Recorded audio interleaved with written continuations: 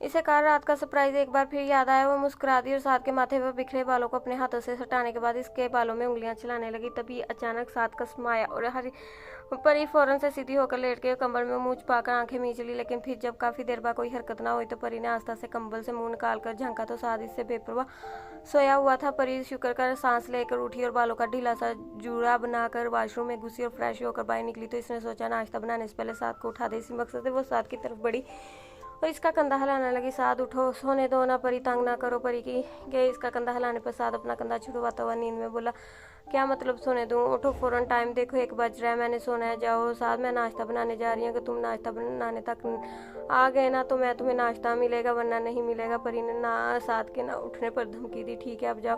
साद इसकी धमकी को किसी खातर में लाए बगैर बोला, जिस पर परी का मुंह खुल गया। ठीक है मैं जा रही हूँ, अब तुम्हें पूरा दिन कुछ खाने को नहीं मिलेगा, भूखे मरना। ये कहकर परी जाने लगी जब साद ने इसकी कलाई पकड़ी और हल्का सा झटका दिया, जिस पर वो बेड पर जा बैठी तो साद मुंह बनाकर बोला, बस हर वक्त मुझे मारने के प्लान्स बनाती रहा करो। मैंने कब तुम्हें मारने के प्लान्स बनाए? परी ने हैरत से कहा, लो अभी तो कह रही थी कि पूरा दिन कुछ खाने को नहीं दूंगी, मैं भूखा मरूंगा, तो ये तुम मुझे मारने के प्लान ही तो बना रही हो। नहीं साहब, मैं कोई प्लान नहीं बना रही, मैंने तो बस वैसे ही कह दिया था। परी नफ़ी में सर हिलाते हुए बोली, अच्छा मतलब अब दोगी ना खाना? साहब ने समझाने वाले अंदाज में कहा, जिस पर परी ने ज़ोर ज़ोर से सारस्वत में हिलाया। गुड, अब तुम जाकर अपने लिए नाश्ता बनाओ, मैं तो 1 घंटे बाद उठूंगा। ये कहकर साद ने करवट लेकर आंखें बंद कर ली और परी अपने लिए नाश्ता बनाने चली गई। और साद परी के जाने के बाद आंखें खोलकर मुस्कुराता हुआ बोला, बेवकूफ़। फजर रूम से निकलकर एक बार फिर इस बेंच पर जा बैठी और रोने लगी, क्योंकि अब इसका गिल्ट और ज़्यादा बढ़ गया था, क्योंकि अलियान ये सब इसकी वजह से किया, लेकिन इसके साथ वो अलियान से ख्वाब भी थी जिसने अपनी जिद पूरी करने के लिए खुद को नुकसान पहुंचाया। यूं बैठे बैठे कभी खुद से तो कभी अलियान से गिला करते करते इसे वक्त का पता ही नहीं चला। इसे एहसास तो तब हुआ जब एक नर्स इसके पास आकर कंफर्म करने के लिए बोली, मिसेज अलियान। नर्स के पूछने पर फजर अस्पत में सर हिला दिया तो नर्स मजीद गोया हुआ, आपके हस्बैंड मेडिसिन नहीं ले रहे, कह रहे हैं कि जब तक आप नहीं आएंगी वो मेडिसिन नहीं लेंगे। नर्स के बताने पर फजर गहरी सांस लेती नर्स के पीछे रूम में की तरफ बढ़ी और इसे रूम में दाखिल होता देख अलियान के चेहरे पर मुस्कुराहट नमूदार हुई। फजर ने अंदर दाखिल होकर इसे घूस लिया, नजर से घूरा जबकि अलियान इसकी घुरियों को खातर में न लाते हुए मुस्कुरा रहा था। तो फजर जिद होकर बोली, क्या मसला है तुम्हारे साथ, मेडिसिन क्यों नहीं ले रहे? किसने कहा मैं नहीं ले रहा मेडिसिन? तुम कहो मैं ना लूँ, ऐसा हो सकता है? फरमाबरदार शोर की भरपूर एक्टिंग करते हुए अलियान बोला। तो फजर ने नर्स की तरफ देखा, जिसने फौरन आगे बढ़कर गोलियां निकालकर अलियान को दी, जो मुसलसल फजर को देख रहा था। अलियान ने फजर को देखते हुए गोलियां निकली और पानी का गिलास साइड टेबल पर रखकर एक आबरू चुकाकर नर्स को देखा जैसे कह रहा और कुछ नर्स नफ़ी में सर हिलाती बाहर निकल गई। तो फजर करीब ही रखे तो सोफे पर जा बैठी। तो अलियान बोला, तुम मुझसे ये तो पूछो, हाँ पूछा ही नहीं कि मैं कैसा हूँ, बस आते ही लड़ना शुरू हो गई। हाँ क्योंकि मुझे पहले ही पता तुम बहुत बुरे हो। अच्छा ठीक है, मान लिया कि मैं बहुत बुरा हूँ। अब ये बताओ कुछ खाया है तुमने? अलियान की बात पर फजर ऐसे ही बैठी रही जैसे इसने कुछ सुना ही ना हो। तो अलियान ने फिर इसे पुकारा, फजर। आपकी बार भी फजर टस से मसना हुई थी। अलियान बोला, फजर तुम क्या चाह रही हो, मैं खुद चल कर आऊँ तुम्हारे पास? आपके अलियान के कहने पर फजर बोली, मुझे भूख नहीं है, क्योंकि अलियान के पाँव पर चोट लगी थी जिसकी वजह से वो चल फिर नहीं सकता था, इसलिए अलियान की धमकी कारगर साबित हुई। इसलिए फजर फौरन बोल पड़ी, यहाँ अलियान के बुलाने पर फजर बगैर चूचना किए इसके पास जाकर बैठ गई, क्योंकि इससे कोई भी इतना था कि उठकर ही आ जाता। नाराज़ हो? मुझे तुमसे नाराज़ होने का कोई शौक नहीं। फजर ने दूसरी तरफ देखते हुए कहा, शौक नहीं है लेकिन नाराज़ तो हो। तुम्हारा जो दिल चाहे तुम करते फिरो और मुझे नाराज़ होने का हक भी नहीं है। मैं कह दूंगी कि चले जाओ तो जाकर अपना एक्सीडेंट करवा कर आ जाओगे। सिर्फ मुझे तकलीफ देने के लिए तुम ये भूल जाते हो कि तुम्हें भी तकलीफ हुई होगी, लेकिन तुम्हें सिर्फ अपनी परवाह खुद गर्ज हो। तुम खुद जीतने के लिए दूसरों की परवाह नहीं करते। मुझे खुद गर्ज कहते हो तो बिल्कुल ठीक कहते हो कि जिसकी गर्ज ही तुम हो तो वो खुद गर्ज क्यों ना हो। रोते हुए कहते हुए फजर अपना रुख मोड़ कर बैठ गई। तो अलियान बोला, मेरी तकलीफ पर तुम्हें इतनी तकलीफ क्यों हो रही है, कहीं इश्क तो नहीं हो गया मुझसे? अलियान की बात पर फजर ने झटके से अपना रुख अलियान की तरफ मोड़ा और बोली, ऐसा कुछ नहीं है, आंखों में आ जाते हैं आंसू, फिर भी होंठों पे हंसी रखनी पड़ती है। ये मोहब्बत भी क्या चीज़ है जिसे किसी से छुपानी पड़ती है? फिर इतना रोई क्यों? मैं नहीं रोई। फजर ने फौरन एतराफ़ किया, तुम्हारी आंखें तो कुछ और बता रही हैं। मैं कह रही हूँ ना, मैं नहीं रोई ना, और ना ही मैंने तुम्हारे लिए कोई दुआ की। मुझे कोई फ़र्क नहीं पड़ता, जो मर्जी करते फिर झंझला कर। जो नहीं भी बोलना था वो बोलते हुए फजर दरवाजे की तरफ बढ़ गई। तो अलियान ने पीछे से हाँक लगाई, ठीक है मैं मान लेता तुम कह रही हो, लेकिन कुछ खा तो लो। फजर ने पता नहीं इसकी बात पर अमल करना था या नहीं, लेकिन सुनकर बाहर निकल गई, क्योंकि उसे डर था अगर वहीं बैठी रही तो इसकी चोरी पकड़ी जाएगी।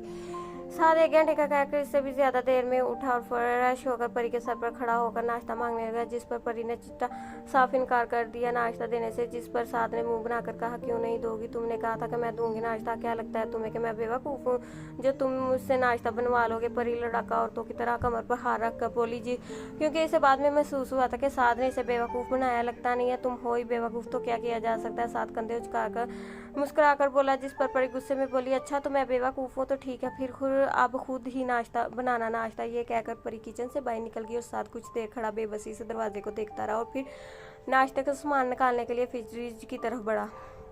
अभी इसे ने चूल्हा जलाया ही था जब परी एक बार फिर किचन में दाखिल हुई और साद को साइड पर करते हुए बोली, हटो पीछे और चुपचाप जाकर बाहर बैठ जाओ, ला रही हूँ मैं नाश्ता। परी उंगली से बाहर की तरफ इशारा करते हुए बोली तो साद ने इसके फूले हुए गालों को जोर से खींचता हुआ बोला, मुझे पता था मेरी प्यारी बीवी मेरे साथ ऐसा जुल्म कर ही नहीं सकती, क्योंकि वो बहुत समझदार जो है। साद के मुस्कुराने लगकर कहने पर परी ने इसके हाथ पर हाथ मारा और फिर बोली, ज़्यादा मक्खन लगाने की ज़रूरत नहीं, निकलो बाहर वरना खुद बनाना फिर नाश्ता। अच्छा भाई जा रहा हूँ, साद हाथ खड़ा करता हुआ बोला और बाहर निकल गया। और परी मुस्कुराकर नाश्ता बनाने लगी। तुम्हारी अदा पर तो नफरत करने वाले भी फिदा, तो सोचो मोहब्बत करने वालों का क्या हाल होगा। अस्सलाम वालेकुम। अगर आप में लिखने की सलाहियत और आप अपना लिखा हुआ दुनिया तक पहुंचाना चाहते हो तो www.kitabnagri.com ऑनलाइन वेबसाइट आपको प्लेटफॉर्म कर रही है। अगर आप हमारी वेबसाइट पर अपना नावल, अफसाना वगैरह पोस्ट करना चाहते तो अभी ईमेल करें और प्लीज़ मेरे चैनल को सब्सक्राइब करें। अलियान काब से खाली कमरे में बैठा उकता गया था। ना तो वो कहीं आ जा सकता था और ना ही कुछ और कर सकता था। फजर भी तब से अब तक नहीं आई थी। आखिर जब वो इंतजार करके उकता गया तो फजर ड्रम से दरवाज़ा खोलकर अंदर आई और सोफे पर जा बैठी। इसे देखते ही अलियान ने पहला सवाल पूछा, कुछ खाया तुमने? हाँ खा लिया, अब चुप करके लेटे रहो। फजर डांटने वाले अंदाज में बोली, तो चुप तो खैर मैं हरगुज नहीं होने वाला, बातें करो मुझसे, मैं बोर हो रहा हूँ। मैं तुम्हारी बोरियत दूर करने का ठेका नहीं ले रखा। मैंने फजर से घूरते हुए बोली, तुम यहाँ मेरे लिए ही मौजूद होना तो ये तुम्हारा काम है, मैं बोर ना हूँ। तुम्हारी बोरियत दूर करने के लिए मैं क्या डांस करना शुरू कर दूँ? इतने गुस्से में क्यों? मेरी मर्जी, मैं गुस्सा करूँ या जो मर्जी। अगर तुम्हें ज़्यादा मसला है ना तो मत करो मुझसे बात। नाराज़ हो फजर के गुस्सा करने पर अलियान ने अपना पुराना सवाल दोहराया। हाँ नाराज़ हूँ, जान छुड़ाने के लिए। फजर ने फ़ौरन कहा, तुम्हें पता है शोरों से कौन सी बीवियाँ नाराज़ होती हैं, जिन्हें यकीन होता है कि इनके शोरे इन्हें ज़रूर मनाएंगे। और तुम्हें भी देख कर लग रहा है कि तुम्हें भी मुझ पर भरोसा है कि मैं तुम्हें ज़रूर मनाऊंगा। अलियान ने लब दबाकर मुस्कुराते हुए कहा। और फजर जो जानबूझकर ऐसे रिएक्ट कर रही थी ताकि अलियान जो थोड़ी देर पहले इससे इश्क हो जाने वाली बात कही थी वो बात दोबारा कभी सोचे भी ना। लेकिन अलियान की इस बात पे से सचमुच में गुस्सा चढ़ गया और वो सोफे पर लेटते हुए बोली, मुझे नींद आ रही है। ये कहकर फजर ने आंखें बंद कर ली क्योंकि वो नहीं चाहती थी अलियान फिर कुछ ऐसा बोले। और फिर वो रात से जागी थी इसलिए इसकी आंखें थोड़ी देर में खुद ब खुद बंद होती चली गई। इसे देखते देखते अलियान भी नींद की वादियों में चला गया। साद को नाश्ता देकर परी अपनी अलमारी सेट करने लगी। अपनी अलमारी सेट करके वो साद की अलमारी की तरफ बढ़ी और इसकी इस अलमारी के सारे कपड़े बाहर निकालने लगी। तभी इन कपड़ों में से एक एल्बम नीचे गिरा। परी ने वो एल्बम उठाया और बेड पर जाकर इसे देखने लगी, जिसमें साद की मुख्तलिफ तस्वीरें थी। कुछ में वो बैग कंधे पर लटकाए किसी ग्रुप के साथ था तो किसी में अकेले। परी तस्वीरें आगे करती रही। ये तस्वीर किसी इवेंट की थी जिसमें बहुत से लड़के लड़कियां, जिनमें से एक वही लड़की थी जिसे परी ने साद के साथ हो रेस्टोरेंट में देखा था। मजीद तस्वीरों में भी वो मौजूद थी। इसे देख के परी के तन बदन में आग लगी। इस चुड़ैल की तस्वीरें तो बहुत संभाल कर रखी है, मेरी तस्वीरें तो कभी नहीं रखी होंगी। इस एल्बम में बहुत से लोगों की तस्वीरें थी लेकिन परी की सुई तो वहीं अटकी हुई थी। परी ने गुस्से में उठा कर वो एल्बम जमीन पर फेंका जो कि अंदर दाखिल होते साथ के कदमों के पास जा गिरा। ऐसे देखकर परी गुस्से में इसके बाहर निकाले कपड़े ऐसे ही उठाकर अलमारी में ठूसने लगी, जबकि साथ हक्का बक्का खड़ा इसकी कार्रवाई मिला खिताब फरमा रहा था। कुछ ना समझ आने पर साथ परी की तरफ बढ़ा, कंधों से पकड़कर इसका रुख अपनी तरफ मोड़ा। पूछा क्या हुआ? परी ने इसका हाथ झटकर इसे धक्का दिया और कहा, जाओ यहाँ से। इसके धक्के का असर लिए बगैर साथ ने इसके दोनों हाथ अपने हाथों में कैद किए और पूछा क्या हुआ? परी बताओ। साथ के पूछने पर परी की आंखों में मोटे मोटे आंसू आ गए और अपना हाथ छुड़ाकर इस एल्बम की तरफ बढ़ी। उसे उठाकर साथ के पास लाकर सनाया की तस्वीरों की तरफ इशारा करते हुए, ये कौन है? डॉक्टर है, यूनिवर्सिटी में मेरे साथ पढ़ती थी, फिर बाद में हम दोनों ने एक ही अस्पताल में होस्ट जॉब की। ये पिक्चर यूनिवर्सिटी की वेलकम पार्टी की है। साथ के बताने पर परी ने इसके सीने पर थप्पड़ों की बरसात कर दी और आखिर थक कर इसी के सीने से सर टका लिया और बोली, झूठ मत बोलो, मैंने खुद तुम्हें इसके सारे रेस्टोरेंट में देखा था। हाँ, और तुम मेरी पूरी बात सुने बगैर ही वहाँ से चली आई। साथ की बात पर परी ने हैरत से सर उठाकर इसकी तरफ देखा। हैरत से इसकी जुबान किंग रह गई। वो दे फाड़े साथ की तरफ देख रही थी। तुम्हें क्या लगा कि तुम मेरी जासूसी करोगी और मुझे पता भी नहीं चलेगा? हमारे वलीमे वाले दिन मेरे फ़ोन पर सनाया के साथ किसी ने 22 सेकंड बात की थी, जो मैंने तो बिल्कुल नहीं की। अगर इस बात को छोड़ भी दें तो जिस दिन मैं इससे मिलने गया था इस दिन सनाया के फ़ोन आने पर जिस तरह तुम्हारे चेहरे पर गुस्सा नजर आ रहा था वो इस बात को साफ जाहिर करता है कि न तुम ही ने वलीमे वाले दिन इससे बात की थी। मुझे नहीं पता कि तुम दोनों के दरमियान क्या बात हुई, लेकिन मुझे इतना यकीन है कि वो बाई यकीन है खुशगवार नहीं होगी। बाकी कसर तुमने मेरे पीछे रेस्टोरेंट आकर पूरी कर दी। मैंने शीशे में तुम्हें देख लिया था, लेकिन तुम मेरी पूरी बात सुने बगैर ही वहाँ से चली गई। लेकिन मैं बस इतना कहूँगा, तुमने जो भी देखा और सुना वो बस एक गलतफहमी थी। बाकी ना मुझे इसमें कोई दिलचस्पी हो ना ही थी, सिर्फ वो ही मुझे पसंद करती है। मैं इसे एक दोस्त समझता हूँ। डैट इज परी के हैरत से साद की तरफ देखने पर साद ने नरमी से इसे सारी बात बताई, जिस पर परी सुलझने की बजाय मजीद उलझ गई और बोली, अगर तुम्हें पता चल गया था मैं तुम्हारे पीछे आई हूँ तो तुमने कुछ कहा क्यों नहीं मुझे? क्योंकि मैं चाहता था तुम मुझ पर एतबार करो, खुद आकर मेरे से वजाहत मांगो, ना कि हमेशा मुझ पर शक करती रहो। देखो आखिर तुमने खुद पूछ ही लिया। वो इसे रसान से समझा रहा था, जिस पर परी से शर्मिंदा होते हुए बोली, आई एम सो सॉरी। मुझे तुम्हारी सॉरी की नहीं एतबार की ज़रूरत है। परी के आंसू साफ करते हुए साथ बोला, जिस पर परी ने सर झुकाकर सर असबत में हिलाया। वैसे परी गुस्सा मुझे पर था तो मुझ पर निकालती, ना कि मेरे कपड़ों पर।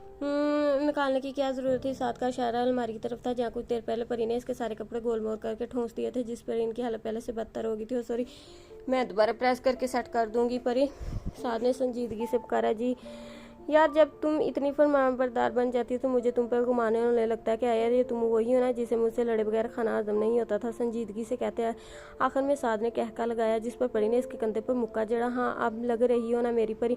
परी के गाल जोर से खींचते हुए साद, जिस पर परी अपना गाल छुड़ाकर सलाती हुई बोली, सार मेरे चिक्स से तुम्हारी कौन सी दुश्मनी? जब देखो कहते रहते दुश्मनी नहीं है, मुझे बहुत प्यारे लगते हैं तुम्हारे ये फूले फूले चिक्स, और गुस्से में तो ये फूल कर और भी ज्यादा प्यारे हो जाते हैं।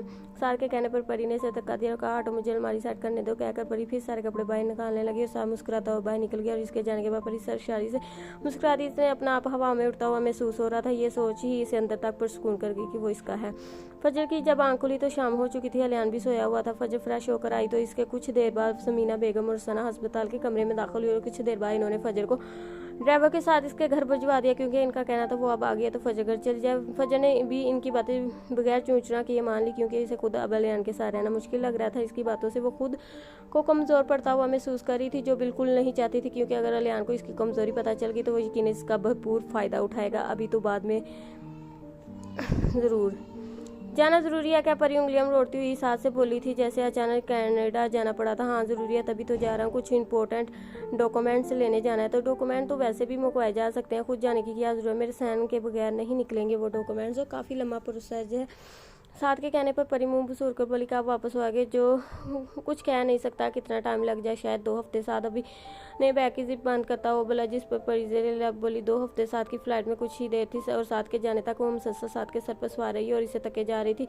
जाने से पहले साथ ने मुड़कर इसे कहा, मैं जल्द आने की कोशिश करूंगा। इसका गाल थपथपाया और मुड़ा तो पड़ी बोली, आई विल मिस यू। परी के कहने पर साथ सर शार सा मुस्कुराया और वापस मुड़ा। बेशक तो उन्होंने कोई मोहब्बत के दावे नहीं किए थे, लेकिन इनकी आंखें सारे राज फाश कर देती थी और वक्त आने पर इतरा भी कर लेते थे। और बोला, अगर मेरी याद आए तो चांद को देख लेना, ये सोच कर कि नहीं कि खूबसूरत है कितना, ये सोच कर कि हज़ारों सितारों में तन्हा है कितना, ये कहकर चला गया। और परी मुस्कुराते हुए ज़मीन को तकने लगी, लेकिन दिल अंदर से उदास हो गया। फजर खिड़की से बाहर नजर आते मनाजिर को देख रही थी। आज 1 हफ्ते बाद वो फिर यहाँ मौजूद थी। इस 1 हफ्ते के दौरान वो चंद दफ़ा अस्पताल गई, वो भी तब जब अलियान सोया होता। वो भी दिल के हाथों मजबूर होकर, जो बार बार इस दुश्मन जान को देखने की जिद करता था, वरना तकरीबन वो रोज़ समीना बेगम से अलियान की तबीयत के बारे में मालूम करती थी। और कल ही इसे डिस्चार्ज किया गया था। और आज फजर इसके कमरे में मौजूद थी, जो मुदस्सर चाचा मुलाजिम के सहारे इस वक्त लॉन में मौजूदा हल्की फुल्की वाक कर रहा था, जो यकीन फजर की वहाँ मौजूदगी से ना आशना था। फजर खिड़की से इसे छोटे छोटे कदम उठाते हुए देख रही थी और इसकी नज़रों का इत्तेकाज़ ही था जो अलियान की नज़रें ऊपर उठी और फिर पलटना भूल गई। और फजर जो को अपनी प्यासी नज़रों की प्यास बुझा रही थी, अलियान के देखने पर फ़ौरन इधर उधर देखने लगी।